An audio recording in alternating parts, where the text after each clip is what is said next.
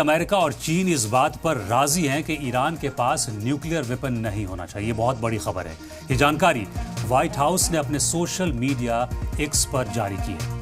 आपको बता दें कि पिछले हफ्ते ईरानी पार्लियामेंट के स्पीकर मोहम्मद बाकर कालिबाफ ने कहा था कि अगर न्यूक्लियर प्रोग्राम को लेकर दबाव बढ़ा, हम एनरिचमेंट 90% तक करने की सलाहियत रखते हैं। अगर दोबारा हमला हुआ हमारे ऊपर तो हम एनरिचमेंट 90% तक ले जाएंगे, यानी न्यूक्लियर वेपन बनाने के बहुत करीब होगा ईरान। बड़ी खबर आपको बता रहे हैं। हालांकि इस खबर पर ईरान की तरफ से अभी कोई जवाब नहीं आया है।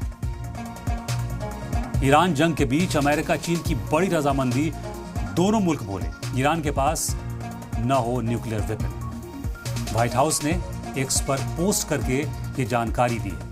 तनाव के बीच बड़ी डिप्लोमेटिक पहल मानी जा रही है। अमेरिका चीन की रजामंदी पर ईरान का नहीं आया है जवाब।